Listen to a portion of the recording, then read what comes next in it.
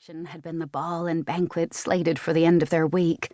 She would cook one dish and one dish only, potted rabbit. And Tiffany promised that the editors of L'Apéritif, the gourmet magazine that awarded the highly prized ratings for America's chefs, would be there. "There's no doubt," she'd told Meg with vigorous assurance, "that you'll get back that third star. None at all." Meg, who'd lost the third star in an imbroglio several years ago, would walk on hot coals to get it back. The prospect of a week in the sun in the midst of a New York winter with light duties and a huge paycheck paled beside the chance to get her potted rabbit into the magazine editor's stomach. The swinging doors leading to the kitchen opened, and Miles came in. He was wearing a heavy parka.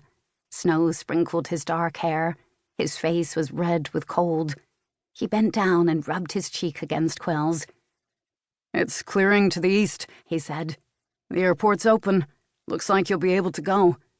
Meg grinned, jumped up from the table, and did a little dance. "Third star, here I come." Chapter 1. Margaret Quilliam stretched out on the lounge chair facing the ocean and exhaled with exaggerated pleasure. "Bliss," she said. "Absolute bliss.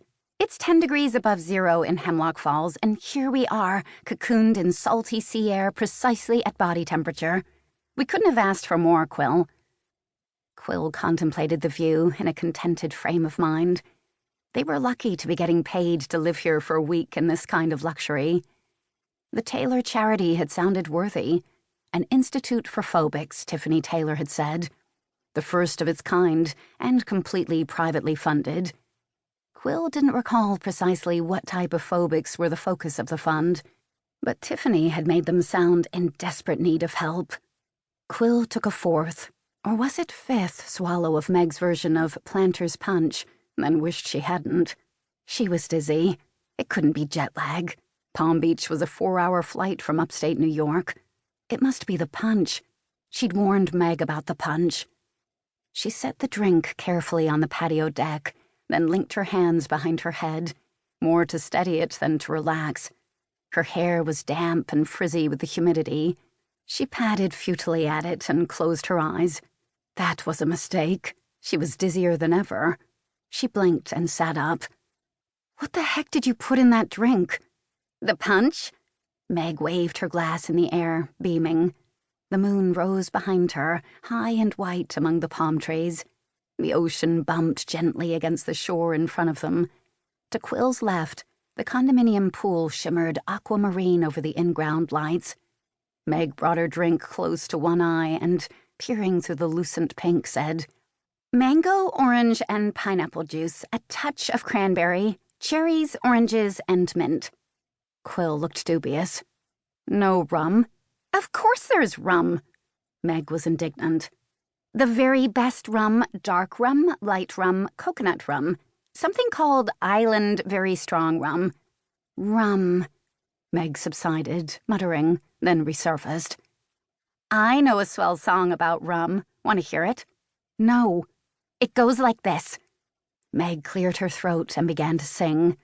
She was 30 to Quill's 34, and for 29 of those years, Meg's vocalizing had started early on. Quill had never known what drove her sister to sing. She was awful. Her voice wandered gypsy-like through the keys. Her tone was thin and buzzy, like a Dremel drill or a very large bee.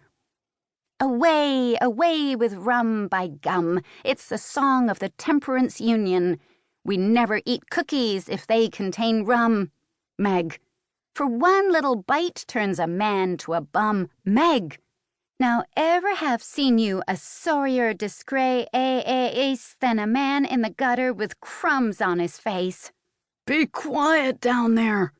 The voice, male, floated somewhere above them. Meg peered fuzzily into the night sky. "Okie dokie," she said. Quill heard the distant thunk-bang of a glass patio door. Tiffany Taylor had mentioned the crabby tenant on the 3rd floor. She'd also mentioned the condo rule against renters.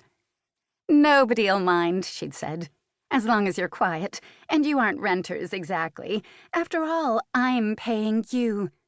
And she'd given that tinkling, artificial